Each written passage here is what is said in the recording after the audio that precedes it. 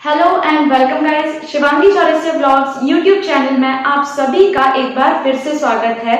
आप सभी को ये इन्फॉर्मेशन मिल ही गई होगी कि जो एमपी टेट ग्रेड 3 का मेरिट लिस्ट है वो 31 अक्टूबर को आने वाला है। तो आप सभी यदि उसका वेट कर रहे हैं, आप लोगों ने फॉर्म फिल किया हुआ है, तो आप सभी को बहुत बहुत बधाई, क्योंकि बहुत लंबे समय के इंतजार के बाद फाइनली मेरिट लिस्ट हमारी आने वाली है।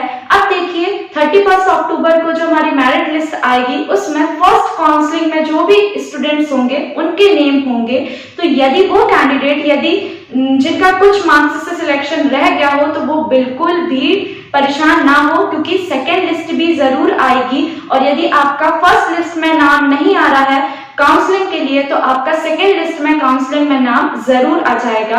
अब देखिए ये प्रोसेस उतनी लंबी नहीं है जितना टाइम हमको इंतजार करना पड़ता है। तो फाइनली अब आपका इंतजार खत्म होने वाला है, क्योंकि 31 अक्टूबर को आपकी मेरिट लिस्ट आ जाएगी। मेरिट लिस्ट आने के बाद जो स्टूडेंट्स हैं उनकी काउंसलिंग स्टार्ट होगी।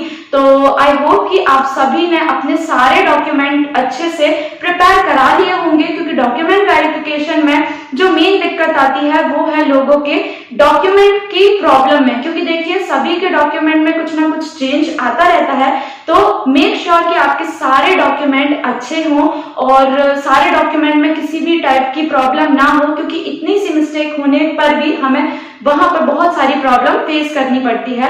तो आप सभी अपना रोजगार पंजीयन और बाकी जितने भी डॉक्यूमेंट हैं उसे अपडेटेड रखिए, तो आपको वहां पे कोई भी प्रॉब्लम फेस नहीं करनी पड़ेगी। अब देखिए मैंने इसका कोई अलग से कट ऑफ वीडियो नहीं बनाया हुआ है, बट फिर भी इस वीडियो में मैं बता देना चाहती हूँ कि कौन से स्टूडेंट हैं जो अपने मार्क्स के अकॉर्डिंग उनका फर्स्ट लिस्ट में नाम आ सकता है। तो एक एक करके मैं कैटेगरी वाइज बताऊंगी।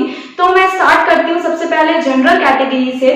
तो देखिए यदि आप जनरल कैटेगरी वाले स्टूडेंट हैं और आपके 100 से 105 तक मार्क्स आ रहे हैं, तो आप एक सेफ जोन में हैं कि आपका फर्स्ट लिस्ट में नाम आ सकता है।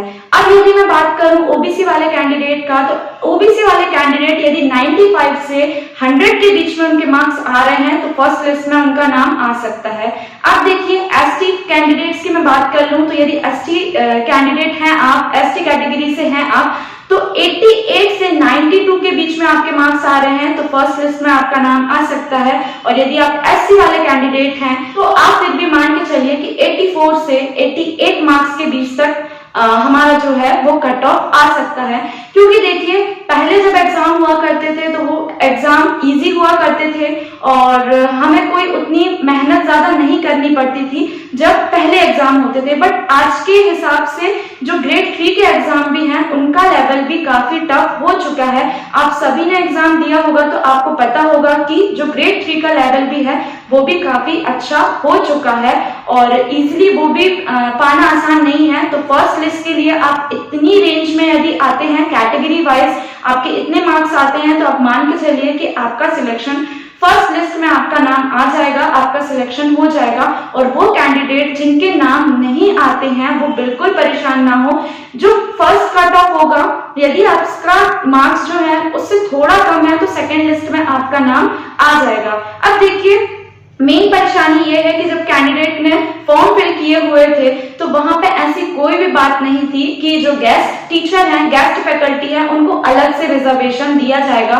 बट रिसेंट यदि मैं न्यूज की बात बताऊं आपको, तो जो गेस्ट टीचर हैं, जो गेस्ट फैकल्टी है, उनको अलग से रिजर्वेशन दिया जाएगा उनके मार्क्स के अकॉर्डिंग। तो कहीं ना कहीं जो गेस्ट टीचर नहीं थे ये उनके साथ थोड़ा सा नाइंसाफी भी है और उनकी मेहनत ही काम आएगी पूरे तरीके से, क्योंकि उनके कोई मार्क्स इंक्लूड यहाँ नहीं होंगे।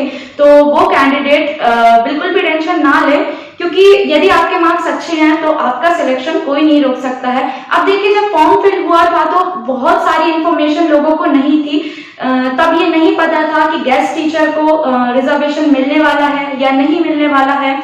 दूसरी चीज ये आ जाती है कि पहले जो कैंडिडेट्स होते थे तो ओनली डीएड कैंडिडेट्स को ही ग्रेड 3 का एग्जाम देने को मिलता था। बट इस बार ग्रेड 3 के एग्जाम में बीएड वाले बच्चे भी बैठे हैं और डीएड वाले बच्चे भी बैठे हैं। तो हो सकता है कि डीएड वाले बच्चों को प्रेफर ज्यादा कर ले गवर्नमेंट। तो ये भी एक न्यूज सुनने में आ रही थी। तो देखिए बहुत सारे रिजर्वेशंस लगते हैं अलग बातें होती हैं, तब जाके कोई भी स्टूडेंट है वो सिलेक्शन लेता है। मगर यदि आपके मार्क्स अच्छे हैं और आप गेस्ट टीचर नहीं भी हैं, आपको रिजर्वेशन नहीं भी मिल रहा है, तो आप बिल्कुल टेंशन नहीं लीजिए, क्योंकि यदि आपके मार्क्स ही अच्छे हैं तो आपका फर्स्ट नहीं तो सेकेंड लिस्ट तक नाम आ ही जाएगा। अब देखिए, जो टोटल नंबर ऑफ वैकेंसीज थी वो थी 18,525। पहले जो टोटल नंबर ऑफ वैकेंसीज थी वो थोड़ा कम थी, बट लोगों ने मांग की, डिमांड की कि बहुत सारे एमपी में पद खाली हैं तो इसकी वैकेंसीज बढ़ाई जानी चाहिए, और लोगों ने 51,000 पद के लिए मांग की थी। बट 51,000 पद तो नहीं, बट 18,527 पदों में टोटल भर्ती होनी है। तो देखिए, पूरे एमपी में मैं कहूँ तो 18,000 पद भी बहुत है पढ़ने वाले स्टूडेंट के लिए, और यदि उनका पेपर अच्छा गया होगा तो आपका सिलेक्शन कोई नहीं रोक सकता है। बाकी 51,000 पदों में भर्ती की मांग हुई थी, बट वो पूरी अभी नहीं हुई है।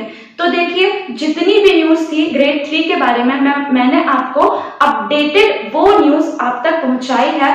आप मेरे कमेंट सेक्शन पे ये जरूर बताइए कि यदि आपने एमपी ग्रेड 3 का एग्जाम दिया है तो आपके कितने मार्क्स आए हैं, आपकी कैटेगरी क्या थी, और नॉर्मलाइजेशन के बाद आपके स्कोर बढ़ के कितने हो गए हैं। अब चलिए मिलते हैं नेक्स्ट वीडियो में, और मेरा चैनल पसंद आए तो प्लीज इसे लाइक, सब्सक्राइब एंड कमेंट करना बिल्कुल मत भूलिए, और जितना हो सके इसे उतना शेयर करिए। बेल आइकन को भी जरूर प्रेस कर दीजिए ताकि मेरे वीडियोस के लेटेस्ट नोटिफिकेशन आप तक सबसे पहले पहुंचे। Thank you so much.